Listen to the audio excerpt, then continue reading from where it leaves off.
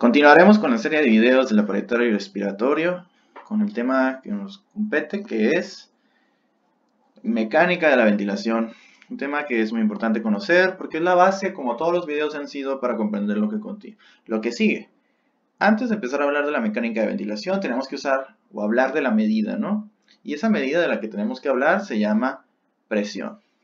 Existen fuerzas que actúan en el aparato respiratorio que tenemos que comprender, y normalmente en el aparato cardiovascular utilizamos milímetros de mercurio para referirnos a la presión del sistema, pero dentro del aparato respiratorio utilizamos a los centímetros de agua. Y existe una conversión de centímetros de agua a milímetros de mercurio de la que no hablaremos ahorita. Pero es muy importante que todo lo que hablemos a partir de ahorita se exprese en centímetros de agua, perdón. Algo que también les tiene que quedar muy claro es que la presión es una fórmula, que es el resultado de dividir fuerza sobre área. En el aparato respiratorio y en la mayoría de las cavidades del cuerpo, no existe como tal una forma de medir la fuerza, y lo que utilizamos en su lugar es volumen. ¿Por qué? Porque el volumen finalmente es lo que opone la fuerza contra las paredes de su continente. En este caso, entonces, podemos modificar la fórmula y poner volumen. Por lo tanto, la presión de un lugar equivale a la cantidad de volumen que existe dentro de esa cavidad entre el área donde se está acumulando ese volumen. Muy bien.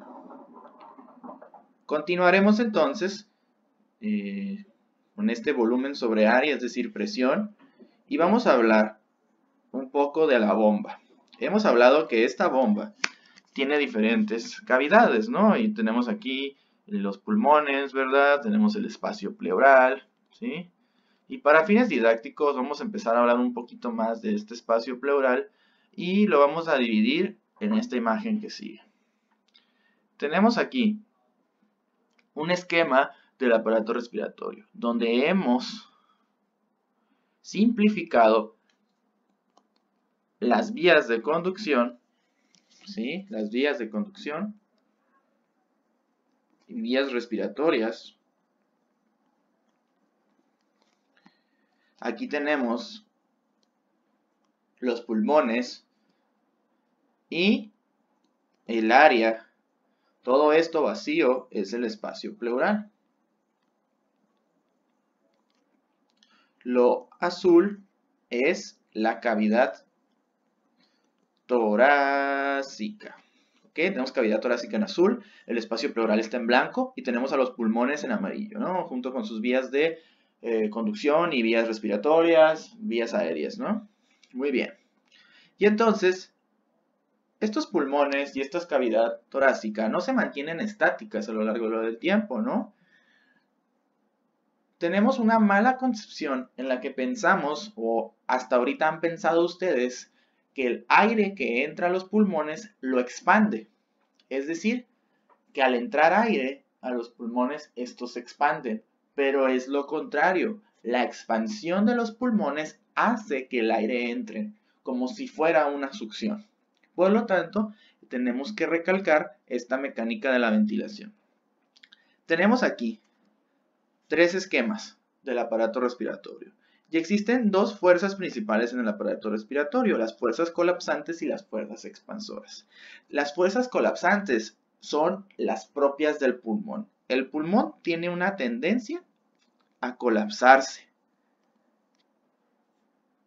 Y la cavidad torácica tiene una tendencia a expandirse. Y la pregunta es, si la cavidad torácica tiende a expandirse y el pulmón tiende a colapsarse, ¿por qué no se colapsa el pulmón y por qué no sale volando la cavidad torácica? Algo las tiene que mantenerse conectadas. ¿Y quién es quien mantiene conectadas a estas fuerzas colapsantes y esas fuerzas expandoras? Acopladas, están conectadas por el espacio pleural. Entonces existen fuerzas colapsantes y fuerzas expansoras que ya hemos mencionado. ¿Y de qué forma están acopladas estas fuerzas colapsantes y estas fuerzas expansoras?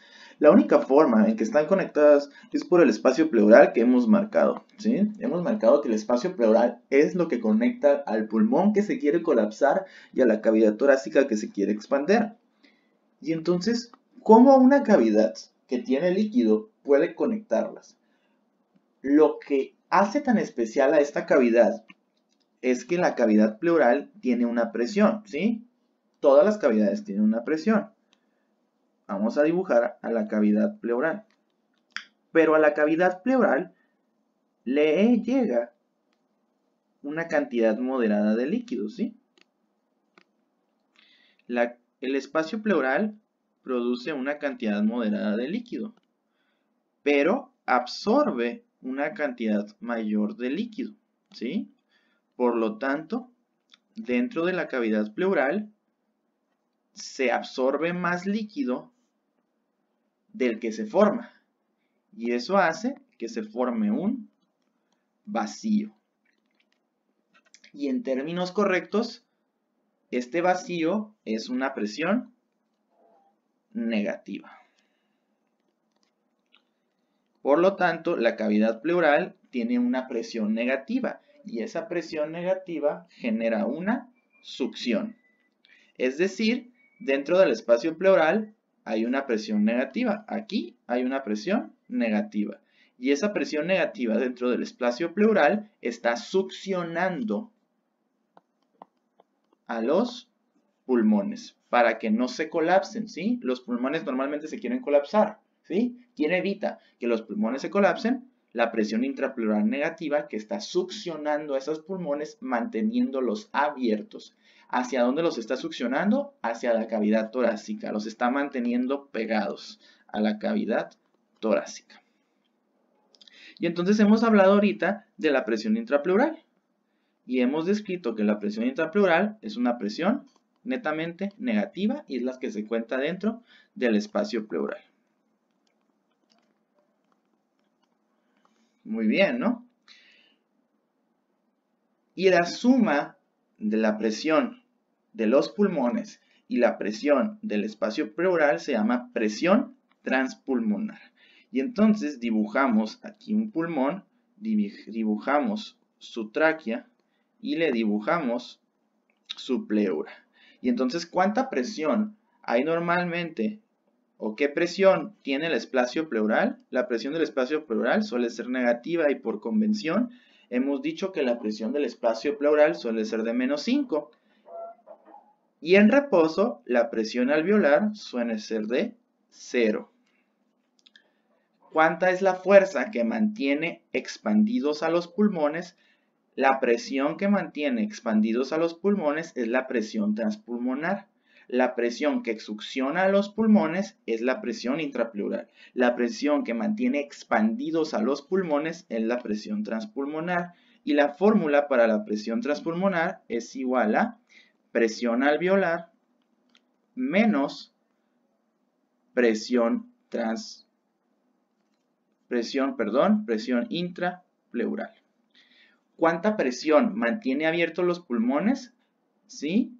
Es presión alveolar menos presión intrapleural. Y si hago la fórmula me da 0, que es la presión alveolar, menos 5, lo que me da 5 centímetros de agua mantienen abiertos los pulmones. Y menos 5 centímetros de agua succionan a los pulmones. ¿Quién los mantiene abiertos? La presión transpulmonar. ¿Cuánto mantiene abiertos los pulmones? 5 centímetros de agua. ¿Cuánto succiona a los pulmones? Menos 5. Y entonces, estas dos fórmulas espero que les queden claros. Pero como les había mencionado, estas dos fuerzas colapsantes y fuerzas expansoras no se mantienen en paz, ¿sí? Por eso tenemos los llamados músculos de la respiración. Y existen dos tipos de músculos de la respiración que vamos a mencionar. Existen músculos inspiratorios y músculos expiratorios. En reposo, por convención, el único músculo que utilizamos es el diafragma. ¿Y qué hace el diafragma? El diafragma, al contraerse, aumenta el tamaño de la cavidad torácica, ¿sí? Aumenta el tamaño de la cavidad torácica. Y entonces, si recordamos la fórmula de presión igual a volumen sobre área, si aumenta el tamaño de la cavidad torácica, aumentas el área de la cavidad torácica. Por lo tanto, ¿qué le pasará a la presión dentro de la pleura? La presión dentro de la pleura va a disminuir. Y si disminuye la presión dentro de la pleura, habrá más presión que succione a los pulmones. Y va a haber más presión que mantenga abierta a los pulmones. ¿Cuál es? En reposo, el único músculo que utilizamos es la contracción y relajamiento del diafragma. Pero existen otros músculos que aumentan el tamaño de la cavidad torácica. ¿Cuáles son esos otros músculos que aumentan el tamaño de la cavidad torácica? Intercostales externos y escalenos. Los escalenos aumentan el tamaño de la cavidad torácica, la jalan y hacen que aumente el diámetro superior e inferior de la cavidad torácica, al igual que el diafragma, y los intercostales externos, el diámetro antero-posterior. Pero existen músculos que disminuyen el tamaño de la cavidad torácica. Y la mayoría de estos, como vemos aquí, son músculos abdominales, ¿no? ¿Y qué hacen? Al contraerse los músculos del abdomen, aplastan a las vísceras y hacen que esas vísceras compriman a la cavidad torácica, disminuyendo el área de la cavidad torácica, y al disminuir el área de la cavidad torácica, ¿qué le pasa a la presión?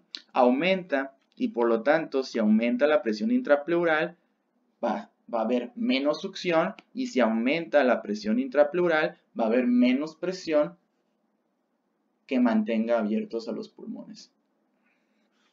Entonces, hemos repasado ahorita algunos de los términos más básicos sobre la mecánica de la respiración. En el siguiente video veremos cómo aplicar estos conceptos que acabamos de describir para ver cómo esos pulmones se llenan o se vacían de aire. Espero que les haya sido de utilidad. Continuamos en el siguiente video. Buenas tardes.